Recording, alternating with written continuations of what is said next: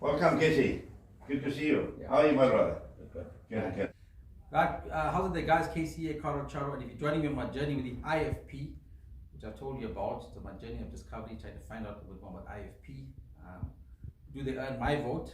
I'm not here to convince you. I think I'm here to convince myself, firstly.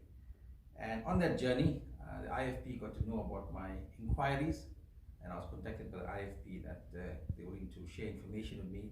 And today I'm privileged to be with Member of Parliament, Mr. Naren Singh. How are you?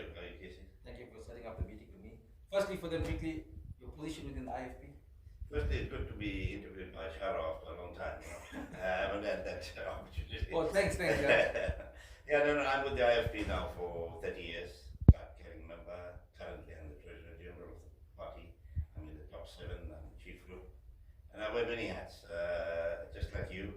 I take one off and put the other one on. But yeah, I'm today as a loyal member of the IFP, ready to answer your question. Chief Whip. Yeah. Okay. So, back in the day, 30 years ago, why the IFP for you?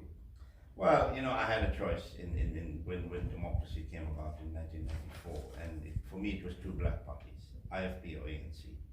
And I got two teams together that had long debates, and after those debates, with the IFP being predominant in KwaZulu-Natal and my respect for Prince Buthelezi at that time and the work he was doing, I mean, it didn't take me long to say IFP is the home for me.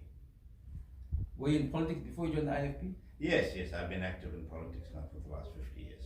From university days, 1971 onwards, protesting, being part of the freedom struggle, the movement, and being involved in local government and all sorts of bodies that you can think of. Soccer, FOSA, child welfare, education committee bodies. So I've been very, very involved in community activities for more than 50 years now. Okay. Cut that segment. Mr. Singh, the IFP, firstly, let's talk about South African. How does IFP sit in South African politics at a national level? Well, we were the third largest party in the country in 1994 in the National Assembly. We're now in the 4th position, but a very significant position that we hold, not in terms of the number of members that we have, but in terms of the contribution that our members make to the national debate. And our contribution is well respected by opposition parties and the ruling party, because when we speak, they listen. We are a constructive opposition, but at the same time, we praise the government when we have to for the things that are done well, but we criticize them when they go wrong. And I think that's something they respect of us. Okay. KZN, how does the IFP sit in KZN politics? Oh, KZN from 94 to 99 and 1990 to 2004.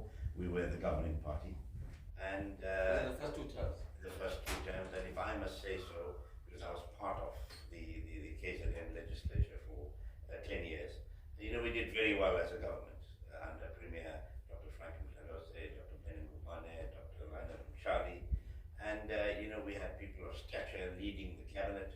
I was a very proud member of the cabinet of KwaZulu-Natal for 10 years, holding different ministerial portfolios. And this is where the stature of the man, Prince Buthelezi, comes in.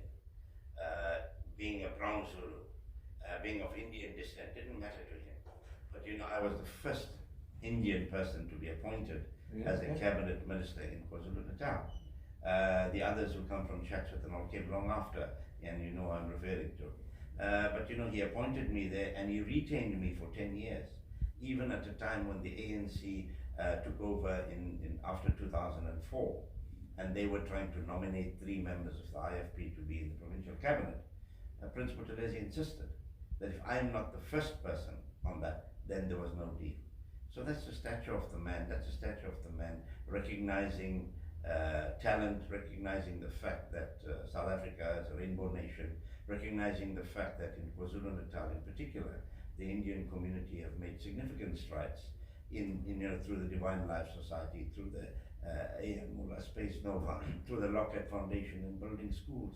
And he enjoyed a beautiful partnership with the Indian community for well over 60 years of his life. So as an Indian, let's put it as an Indian first, I think you had your value as a politician.